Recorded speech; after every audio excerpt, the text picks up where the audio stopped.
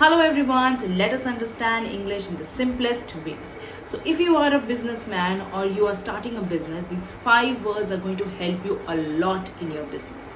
So the first one is organize. When you do something in a certain or in an orderly way, it is known as organize. For example, my boss organized a meeting for the board of directors. Number 2 is expand. Whenever you are in a business, you try to expand it into different departments or different sectors. So he expanded his business in China and other parts of Asia. Number 3 is guidance. Whenever you are helping someone to lead in a certain way, so that is known as guidance. For example, Ria is our team leader and she says that we can go to her for guidance at any time. Number 4 is competitor.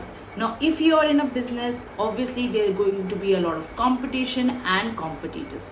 So some of the companies that are trying to make profits and do better than you are known as competitors. For example, Pepsi has a lot of competitors in the market.